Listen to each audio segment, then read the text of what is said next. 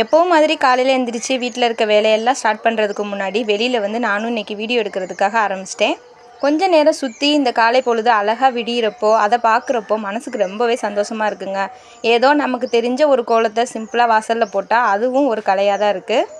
சரி, எவ்வளோ நேரம் தான் வானத்தையும் கோலத்தையும் ரசிச்சுட்டே இருக்கிறது, அப்படியே வீட்டுக்குள்ளே போய் வேலையும் ஆரம்பிக்க போகிறேன். பசங்களுக்கு எக்ஸாம் வந்து முடிய போதுங்க. இன்றைக்கி வந்து சயின்ஸ் எக்ஸாம். நவீன் வந்து காலையிலே 5 மணிக்கெலாம் எந்திரிச்சு உட்காந்து படிக்க ஆரம்பிச்சிட்டான். இது நம்ம வீட்டு மரத்தில் காய்ச்ச சீத்தாப்பழம்.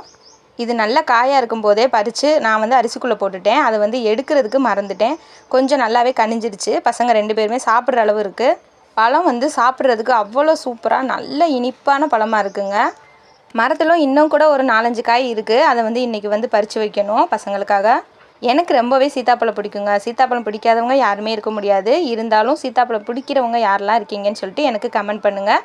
அப்படியே என்னோடய வீடியோவை லைக் பண்ணிக்கோங்க. Thank you friends.